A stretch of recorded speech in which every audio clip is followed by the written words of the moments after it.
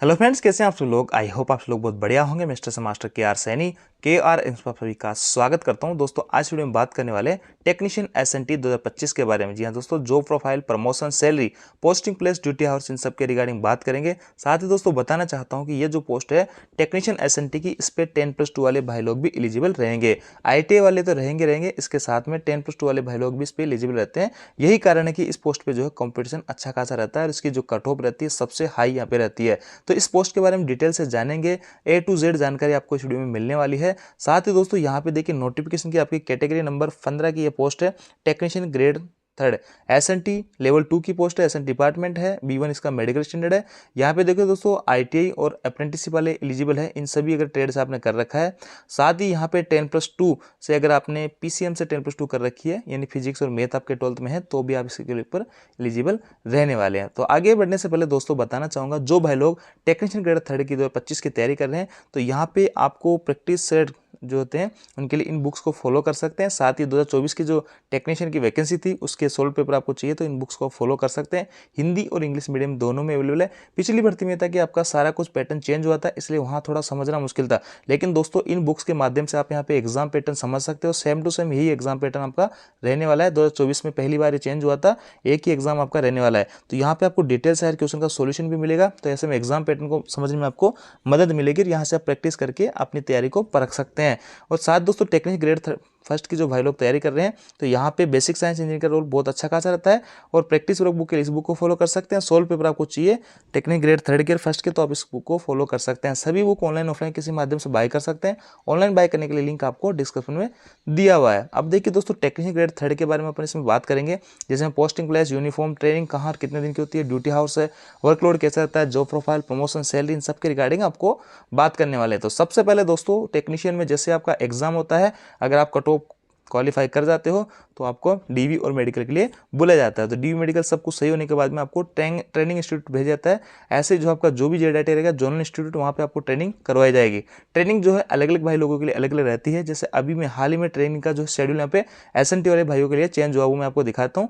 देखिए ये शेड्यूल आपका रहने वाला है। अगर किसी भाई का डिग्री डिप्लोमा आपने आईटीआई वगैरह कर रखी है, जो निर्धारित ट्रेड है उससे, तो आपकी 6 महीने की ट्रेनिंग रहेगी। और किसी ने इंजीनियरिंग डिग्री कर रखी है, डिप्लोमा कर रखा है, जो कि निर्धारित ट्रेड से नहीं है, रिलेवेंट ट्रेड से, डेट ऑफ रिलेवेंट ट्रेड, तो उनकी 12 महीने ट्रेनिंग रहेगी। साथ दोस्तों जो मेट्रिकुलेशन यानी जो पीसीएम वाले भाई लोग हैं, जो 10+2 वाले भाई लोग, जो नॉन रिलेवेंट आईटीआई कोर्स है किसी के पास में, या फिर जो 10+2 आईटीआई से कर रखी है, तो उनकी जो ट्रेनिंग रहेगी वो 2 साल की रहेगी। हाल ही में ये लेटर यहाँ पे जारी हुआ है। तो ट्रेनिंग का जो एसएनटी की पोस्ट पे भी अलग अलग कंडीशन में, यानी जिनके भाई के पास आईटीआई कर रखी है संबंधित ट्रेड से, तो उनकी 6 महीने की रहेगी। संबंधित ट्रेड से आईटीआई वगैरह नहीं है तो उनकी 12 महीने की। और 10+2 वगैरह से अगर किसी भाई ने कर रखी है तो उसकी 2 साल की ट्रेनिंग यहाँ पे रहने वाली है। तो यहाँ पे ट्रेनिंग के बाद दोस्तों आपको कुछ पढ़ाया जाएगा, कुछ फील्ड ट्रेनिंग दी जाएगी स्टेशन वगैरह पे।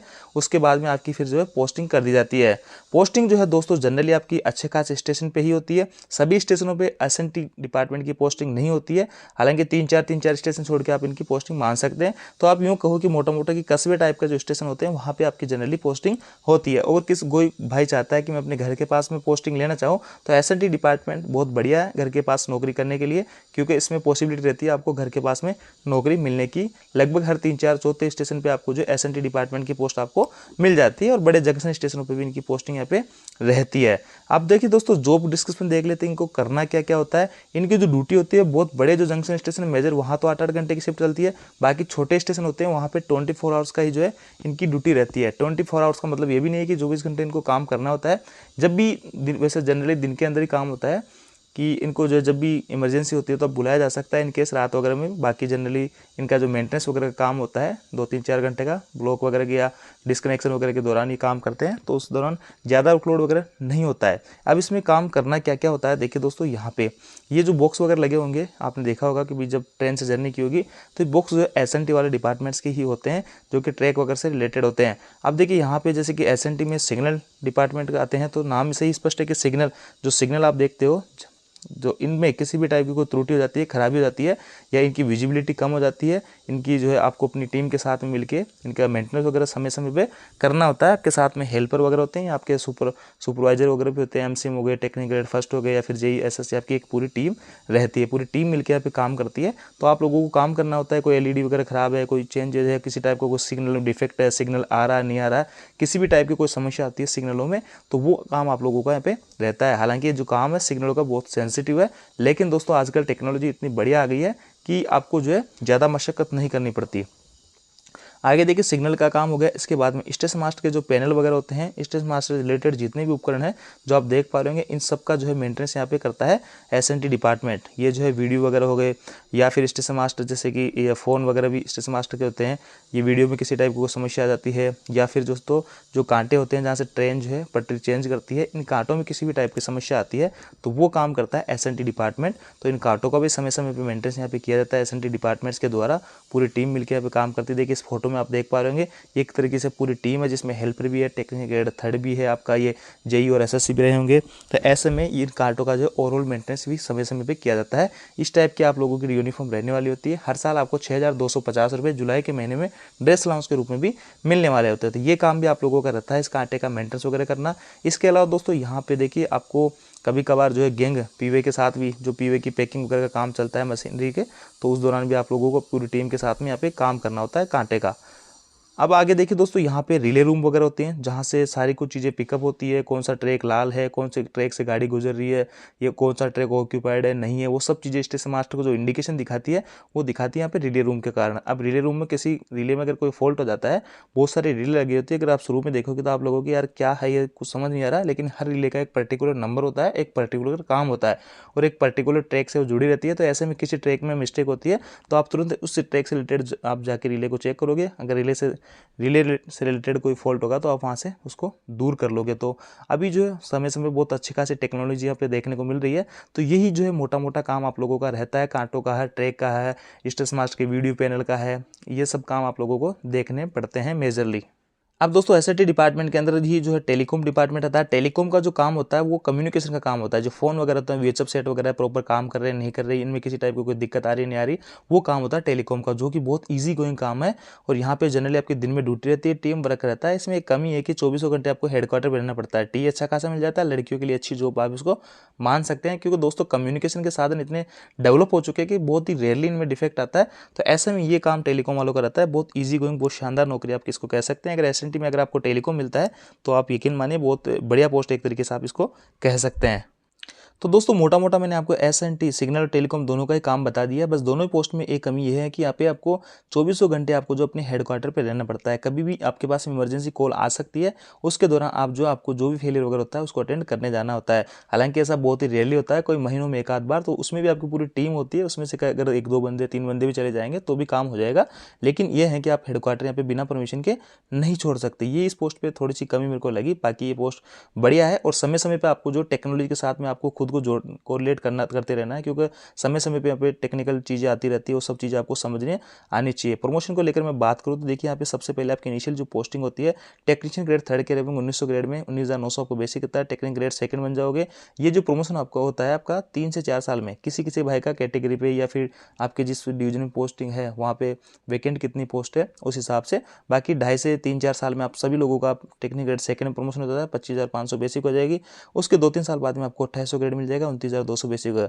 सीनियर टेक्नीशियन 4200 ग्रेड पहुंचने में थोड़ा सा यहाँ पे टाइम लग सकता है, 5 से 7 साल का।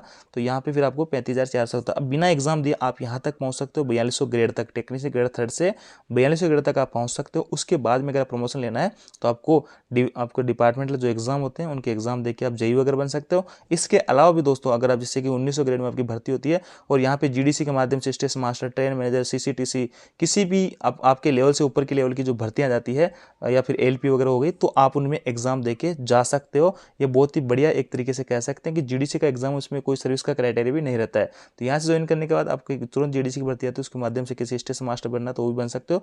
बाकी बिना एग्जाम दिए आप 4200 ग्रेड तक पहुंच जाओगे। आपके डिपार्टमेंट में जेई बनना तो एलडीसी की कोटे की वैकेंसी आती है, उसके माध्यम से आप जेई बन सकते हो। जीडीसी के माध्यम से भी आपको जो है, तो इस अगर मोटा मोटा कहूँ तो डिपार्टमेंटल एग्जाम के माध्यम से अगर कोई भाई पढ़ने वाला है तो बहुत जल्दी यहाँ पे प्रमोशन ले जाता है। बाकी रेगुलर प्रमोशन आपका 4200 ग्रेड तक होता है। इसके बाद में दोस्तों सैलरी की अगर मैं बात करूँ तो सैलरी देखिए 19,900 आपका बेसिक रहता है। डीए भी 55% चल रहा है, लेकिन 3% का और अनाउंसमेंट होने वाला है जो कि जुलाई 2025 से लगेगा, तो ऐसे में 58% आपका डी हो जाएगा। आपकी भर्ती 1 आध साल लंबी चलेगी, तो उसके बाद में जब आपकी ज्वाइनिंग होगी तो आपका 8वां वेतन आयोग भी लग चुका होगा, तो ऐसे में आपकी सैलरी और ज़्यादा हाइक हो जाएगी। लेकिन मैं वर्तमान में अभी आज की डेट में कोई भाई यहाँ पे ज्वाइन करता है टेक्नीशियन ग्रेड 3 में, तो उसकी सैलरी आपको बता रहा हूँ।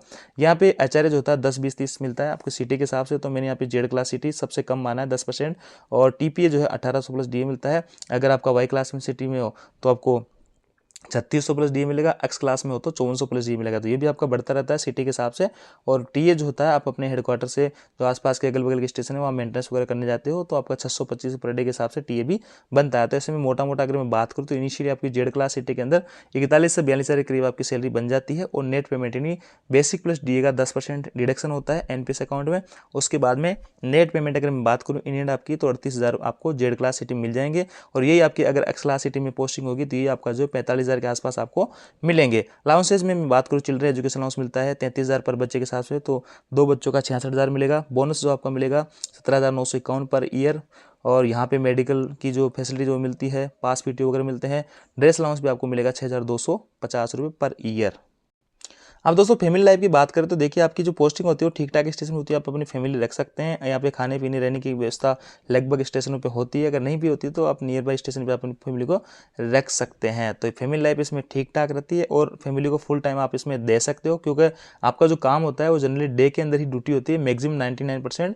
बहुत रेयरली इन केस इमरजेंसी आपको नाइट में कभी जाना पड़ता है, बाकी आपकी डे में ड्यूटी रहती है। टीए वगैरह सैलरी आपकी ठीक ठाक बन जाती है। और आप जो है पढ़ना कोई चाहता है भाई तो यहाँ पे पढ़ भी सकते हैं एसएनटी पोस्ट के ऊपर, क्योंकि वर्कलोड इसमें कोई खास नहीं होता है। बस ये कि आपकी सिग्नल वगैरह से जुड़ी है तो इस तरीके से सेंसिटिव पोस्ट है, यहाँ पे गलती जो है गलती की गुंजाइश ना के बराबर होनी चाहिए, गलती यहाँ पे नहीं होनी चाहिए। और आपको टेक्निकल जो चीज़ें होती है उनसे साथ में अवेयर कोरिलेट अपने आप को हमेशा अपडेट रखना होता है। तो ये थी दोस्तों अपडेट। आई होप जानकारी आपको अच्छी लगी होगी। वीडियो आपको रिप्लाई कीजिए दोस्तों के साथ में शेयर जरूर कीजिएगा। Thank you.